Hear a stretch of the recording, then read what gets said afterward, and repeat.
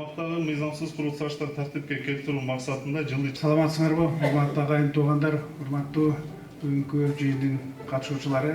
Ушул аймакта көйгөйлүү маселелердин баарын жеринде чечкенин чечип, суроо талаптарын угуп, кандай маселе чечсек болот, кандай болсо ошону чогуу чаран кеңешип, ушул жерде жыйында болгон маселенин баарын талкуулап өтөлү. Бизде документти беришпей атат, 5 жылдан бери соттон сотко өтүп жүрөбүз. Ошол үйдү.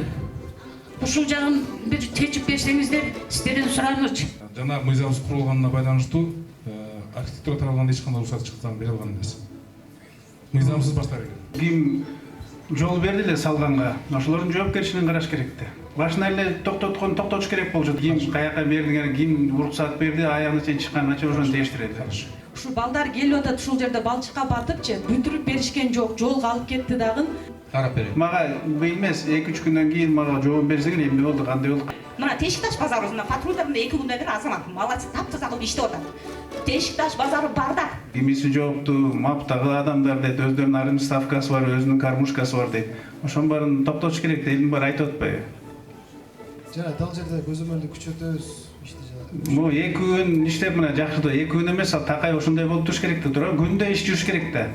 Особенно аялдар 2 комузга 2 сумканы кармап, бутубузга тапочка кийип, туфли кийбей калдык.